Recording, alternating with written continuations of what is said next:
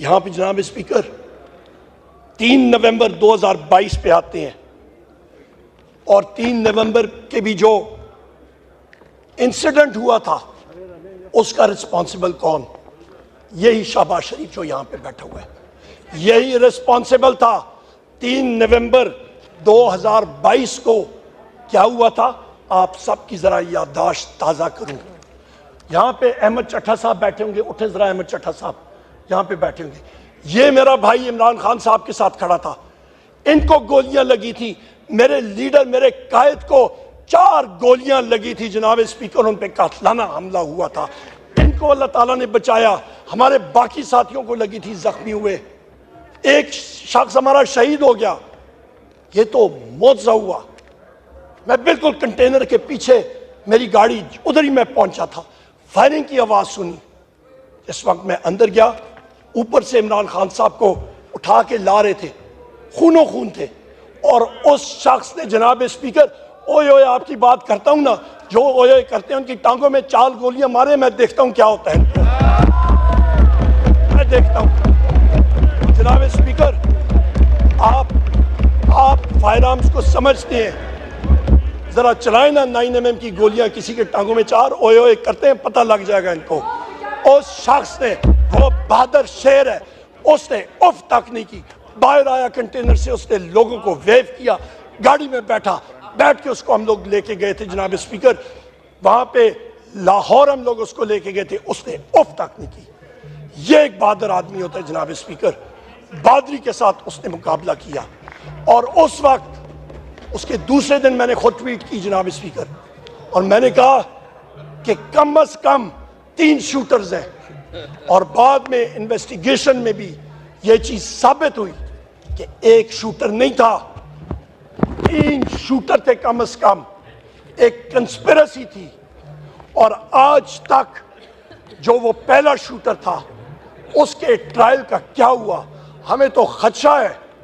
जिस तरह वो मकसूद चपड़ासी था और पता नहीं कितने और थे, उसकी तरह अचानक वो चीनी चोर वाला कौन था, मैं भूल रहा हूं नाम उसका, वो चीनी चोर वाला एक था, वो जो नहीं, वो एक पता नहीं कौन सा मकसूद चपड़ासी कौन सा था जनाब स्पीकर, उसको भी जेल में कहीं पे हार्ट अटैक हो गया।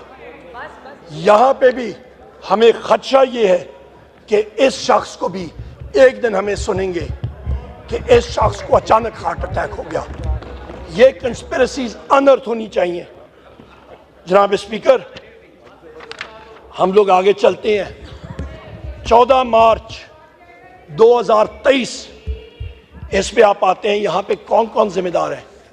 इस पे जिम्मेदार हैं जनाब स्पीकर शहबाज शरीफ, मोहसिन नकवी, डॉक्टर उस्मान जो कि इनका घर का मुलाजिम है और वो अपने आप को आईजी पंजाब भी कहलाता है, वो पार्ट टाइम जॉब है उसका, और उस पे ये फैशिस्ट ये जिम्मेदार है जनाब स्पीकर। इस दिन 14 मार्च 2023 को मखदूम शाह महमूद कुरैशी साहब के साथ मैं खड़ा था इमरान खान साहब के घर में, और इमरान खान साहब थे, शाह महमूद कुरैशी साहब थे और मैं था। पता चला कि इस्लामाबाद पुलिस से एसएसपी बुखारी साहब एक आए हैं वारंट लेके।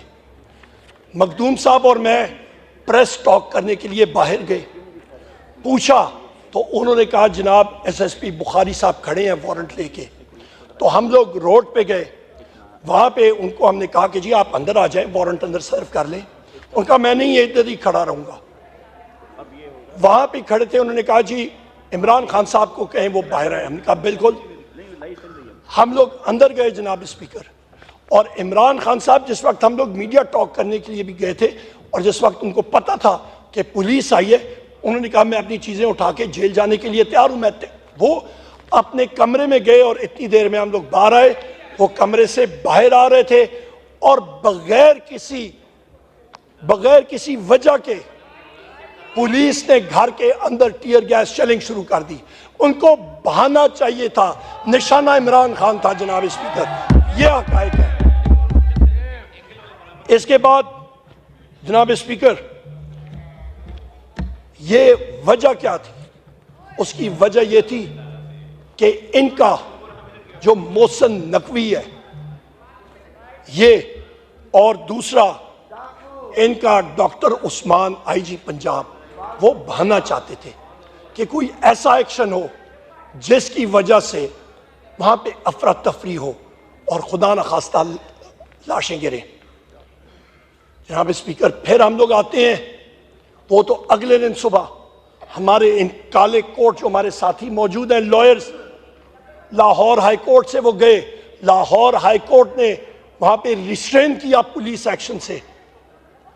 18 मार्च 2023, ये डेडलाइंस, ये टाइमलाइंस मैं आपको दे रहा हूं, एक एक चीज आपके सामने फैक्ट्स एंड फिगर्स के साथ पेश